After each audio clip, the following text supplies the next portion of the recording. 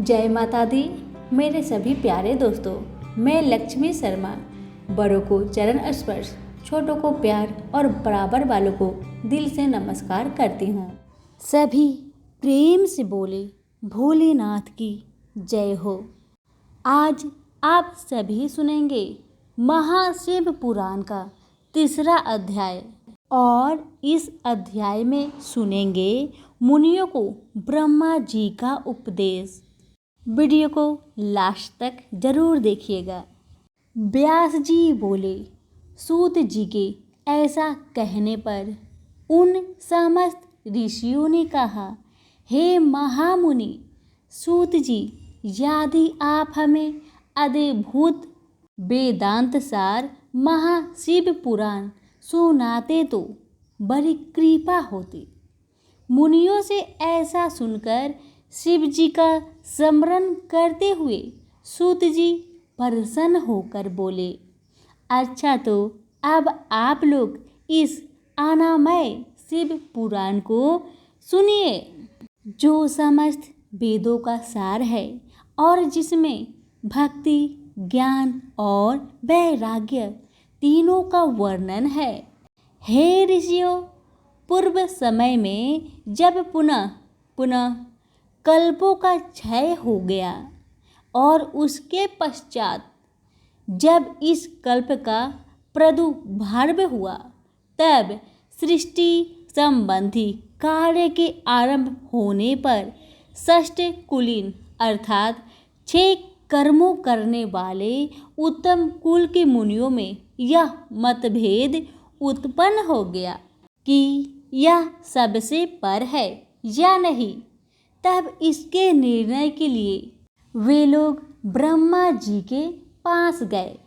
ब्रह्मा जी ने कहा, जो सबसे पहले उत्पन्न हुआ और जिसमें मन वाणी का कोई गम नहीं तथा जिससे ब्रह्मा, विष्णु, रुद्र, इंद्रादिक महाभूतों और इंद्रियों आदि से संयुक्त सारे जगत की उत्पत्ति होती है, वही सबसे पर है और वह सर्वज्ञ जगदीश्वर महादेव जी हैं, जो परम भक्ति से दिखाई पड़ते हैं तथा रुद्र आदि सभी देवता जिनके दर्शनों की अभिलाषा रखते हैं।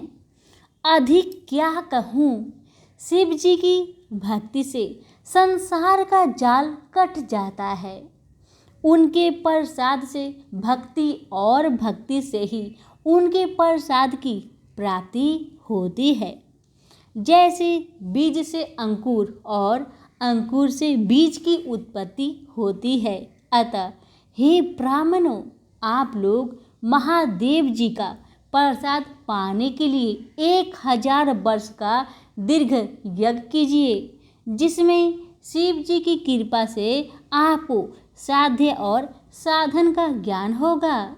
इस पर मुनियों ने पूछा, हे सूत जी, यह साध्य और साधन क्या होता है? कृपा करके हमसे कहिए।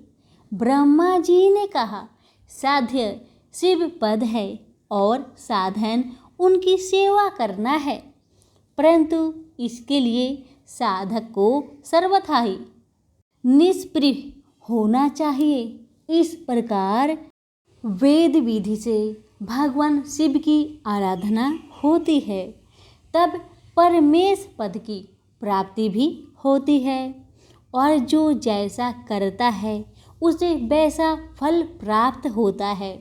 इस संबंध में स्वयं शिव जी ने भी कई निर्देश दिए हैं।